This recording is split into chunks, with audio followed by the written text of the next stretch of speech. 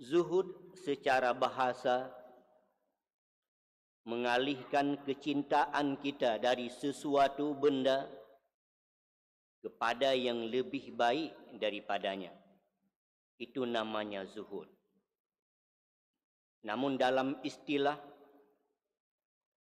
zuhud adalah tidak menyintai dunia karena mengharap kebahagiaan akhirat. Atau dalam kata lain, kita benci kepada selain Allah karena menyintai Allah Subhanahu wa taala. Manusia kalau dilihat dari sifatnya, hubungan dengan harta, ada 5 macam sifat. Yang pertama, ada manusia yang bersifat dengan zuhud, yaitu jikalau datang harta kepadanya, ia benci,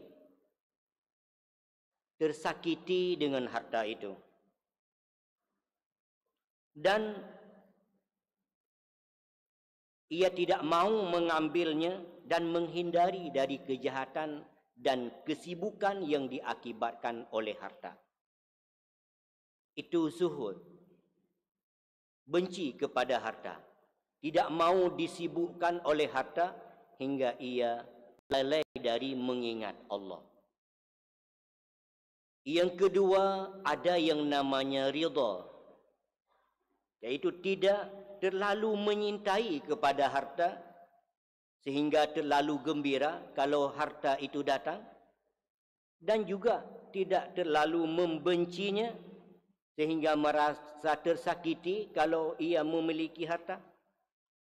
Namun kalau harta itu datang, ia bersikap zuhud saja. Yang ketiga namanya qanaah. Orang yang bersifat dengan qanaah ini, adanya harta lebih ia sukai dibanding tidak ada harta, karena memang ia menginginkan harta. Itu pun kalau ia peroleh dengan jalan yang mudah. Adapun jika untuk mendapat harta itu harus bersusah payah, ada syarat-syaratnya, ia lebih milih meninggalkannya. Itu disebut dengan qanaah. Ada lebih ia sukai dari tidak ada, tapi kalau dengan jalan yang mudah. Yang keempat, ada manusia yang sifatnya mudarat, yakni ia berhajat kepada harta untuk memenuhi kebutuhan hidupnya, namun ia tidak memilikinya dan tidak mendapatkannya karena tidak ada usaha. Ia lapar, tidak ada makanan. Ia berteduh di bawah langit tanpa ada rumah. Ini sudah tingkat miskin paling bawah. Yang kelima, sifatnya loba. Itu sangat berkeinginan untuk mendapatkan harta walaupun dengan jalan yang sulit dan harus bersusah payah. Dan orang ini baru berhenti mencari harta dikala tidak ada daya dan upaya lagi untuk bekerja. Hadirin yang berbahagia, dari 5 sifat ini, nomor 1 yang zuhud, ini yang terpuji di sisi Allah Subhanahu wa taala, tidak menyintai harta. Nomor 2, ridha. Dia menyintai tapi tidak terlalu berlebihan. Yang ketiga, qanaah. Ada lebih baik, lebih ia harapkan. Yang keempat, orang yang mudarat tadi. Namun yang keempat ini, orang yang tingkat darurah ini, tidak memiliki harta, tidak punya usaha, dia nomor 4. Tapi kalau mau zuhud, ia termasuk dalam peringkat nomor 1. Sudah memang tidak ada pekerjaan, lebih baik kita bersikap zuhud saja. Jangan terlalu mengejar. Kita tunggu sambil berusaha apa yang diberikan oleh Allah Subhanahu wa taala. Hadirin yang dirahmati Allah. Adapun yang kelima yang bersifatkan dengan loba, inilah sifat yang paling dibenci oleh Allah Subhanahu wa taala. Karena orang ini lupa akan akhirat sebab mengejar harta, jabatan, kedudukan, kekuasaan dan gemerlapnya dunia yang palsu, di mana Allah sendiri setelah menciptakan kemewahan dunia ini, Allah tidak pernah memerhatikannya.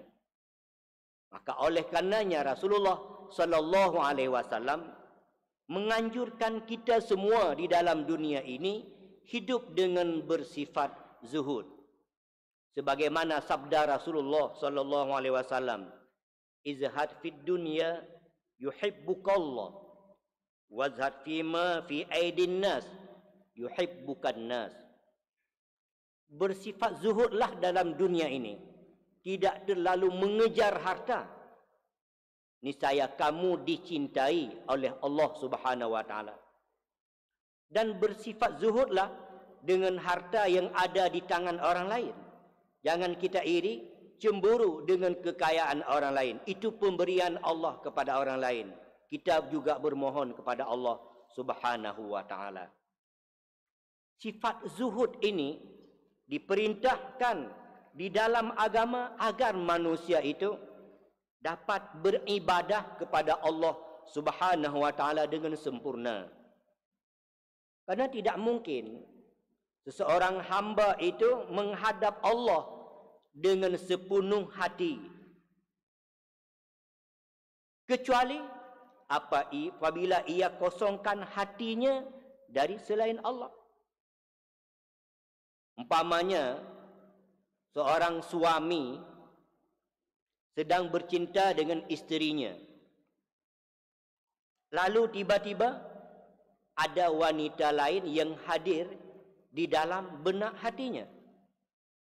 Ya jelas hubungan cintanya akan berkurang, bahkan hilang total sama sekali, karena telah hadir dalam hatinya sesuatu yang lain yang lebih ia kagumi.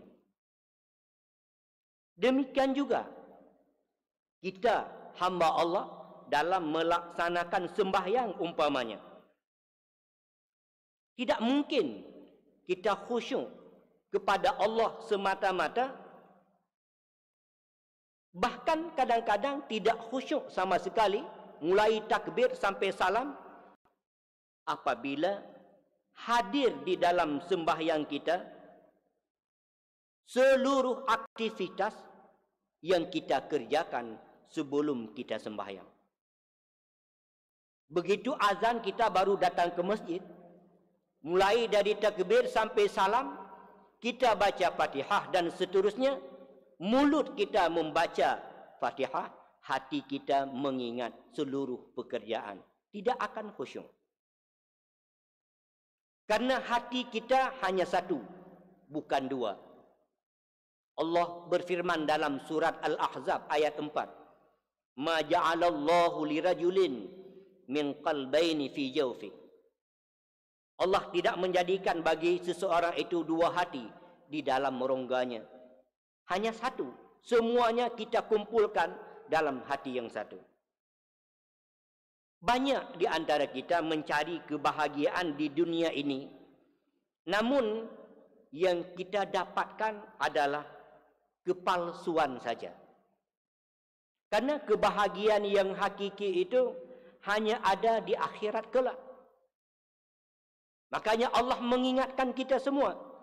I'lamu annamal hayatud dunya la'ibu wa lahu wa zinatu wa tafakhurum bainakum wa takatsurum fil amwali wal aulad. Ketahuilah bahawa kehidupan dunia ini hanya permainan dan senda gurau saja, dan hanya sebagai hiasan. Wa tafakhurum bainakum. Dunia ini hanya untuk berbangga-bangga dengan apa yang kita miliki. Wa takasurum fil amwali wal aulad. Kita berlomba-lomba untuk memperbanyak harta dan anak. Itulah dunia yang sedang kita hadapi. Kita bangga banyak harta. Kita bangga banyak anak dan seterusnya. Namun kalau kita ingat-ingat sedalam-dalamnya bahawa manusia ini disibukkan oleh keinginan, bukan oleh kebutuhan hidupnya. Makanya setiap hari kita lihat manusia disibukkan dengan mengumpulkan harta, jabatan, mengejar pangkat, kedudukan yang tinggi untuk mendapat penghasilan yang banyak. Sementara yang ia butuhkan hanyalah sesuap nasi untuk pagi, siang dan malam. Sedikit rumah untuk tempat berteduh dan satu kenderaan yang layak kita pakai. Itulah kebutuhan yang hakiki. Namun yang kita kumpulkan bukan kebutuhan, tapi adalah keinginan hawa nafsu sehingga membuat kita lelah siang dan malam. Setelah semua itu kita peroleh harta, jabatan, pangkat dan kedudukan, ajal pun tiba. Maka semua itu menjadi milik ahli waris setelah nafas terakhir keluar dari tubuh kita. Nafas terakhir keluar, semuanya bukan lagi milik kita, milik keluarga kita. Seluruh pakaian yang bagus, minyak wangi yang mahal akan jadi rebutan ahli waris. Sementara kita dibungkus dengan 3 helai kain kafan, dengan sedikit dibubuhi kafur barus dan minyak pengusir hama. Bukan lagi minyak wangi, tapi minyak untuk mengusir hama. Rumah yang mewah yang kita bangun dengan keringat kita sendiri tidak lagi diizinkan untuk kita huni. Kita hanya tinggal sementara. Kemudian kita dipindahkan jauh dari perkampungan, sendirian, yang lain semuanya pulang. Kenderaan yang mewah yang menjadi kebanggaan kita hari ini tidak diizinkan lagi untuk ditumpangi. Bahkan jenazah kita dibawa pulang dari rumah sakit, diantar ke kuburan harus pakai ambulan. Coba bayangkan, sakit atau tidak. Hadirin kaum muslimin yang dirahmati Allah, Rasulullah bersabda, yatba'ul maita thalatha fayarji'u ithnani wa yabqa min ma'ahu wahid yatba'uhu maluhu wa ahluhu wa amaluhu fayarji'u ahluhu wa maluhu wa yabqa amaluhu. 3 perkara yang mengikuti jenazah. Maka 2 di antara 3 akan pulang kembali, hanya 1 yang akan menemaninya. Ikut jenazah keluarga dan hartanya dan amal-amalnya di dunia. Harta dan keluarga akan pulang selesai pemakaman. Yang tinggal bersama kita itulah amal. Amal baik atau amal jahat, dia akan ikut bersama-sama kita. Maka dari hadis di atas jelaslah bahawa selama ini kita lalai mengingat Allah dan lupa akan akhirat, yang merupakan tujuan dari akhir hidup ini. Kita lupa karena disibukkan oleh dunia yang kita sendiri tidak menikmatinya. Kita kejar, kita cari, kita kumpulkan di rumah, tidak kita nikmati. Yang menikmati adalah orang lain. Makanya dalam surat At-Takasur Allah berfirman, Alhaakumut takasur hatta zurtumul maqabir. Kamu lalai dalam membanyak-banyakkan harta hingga kamu masuk kubur baru sadar bahawa kamu lalai. Kalla saufa ta'lamu. Kamu pasti akan tahu bahawa keputusanmu itu salah. Summa kalla saufa ta'lamun. Kamu akan tahu keputusanmu lalai dengan dunia itu salah. Kalla saufa ta'lamun. Pasti. Kalla law ta'lamuna ilmal yaqin. Andainya kamu tahu dengan seyakin-yakinnya, pasti kamu tidak akan lalai dalam dunia. Tak akan kamu kejarkan jabatan, kekayaan. Kamu tidak sibuk dengan dunia. La tarawunnal jahim. Nanti kamu akan lihat neraka jahim. Tsumma la tarawunnaha ainal yaqin. Kamu lihat dengan mata kepalamu sendiri. Nah, di saat itulah kata Allah, tsumma la tus'alunna yauma idzin 'anin na'im. Kamu akan dipertanyakan seluruh nikmat yang Allah berikan. Coba bayangkan, kita yang kumpulkan, orang lain yang menikmati. Orang lain yang menikmati, kita yang diminta pertanggungjawaban. Hadirin kaum muslimin yang dirahmati Allah. Oleh karenanya, zuhud di dalam dunia adalah tidak mementingkan kesenangan dan kemewahan dunia agar mempunyai kesempatan yang banyak untuk beribadah kepada Allah, mengingat Allah dengan penuh kekhusyukan dan ketenangan, tanpa ada yang mengganggu pada saat kita beribadah, sehingga kita mendapatkan kenikmatan pada saat ibadah. Nikmat waktu salat, nikmat waktu membaca Al-Quran dan sebagainya. Kenikmatan dalam beribadah itu tidak akan kita rasakan apabila seluruh aktivitas duniawi kita ikut sertakan dalam sembahyang. Maka tidak perlu heran apabila kita melihat seseorang melaksanakan salat terburu-buru, ingin cepat selesai, dan begitu selesai langsung beranjak dari tempat sembahyang, tidak punya waktu untuk berzikir, untuk berdoa memohon ampun kepada Allah. Kenapa? Ia ingin cepat selesai.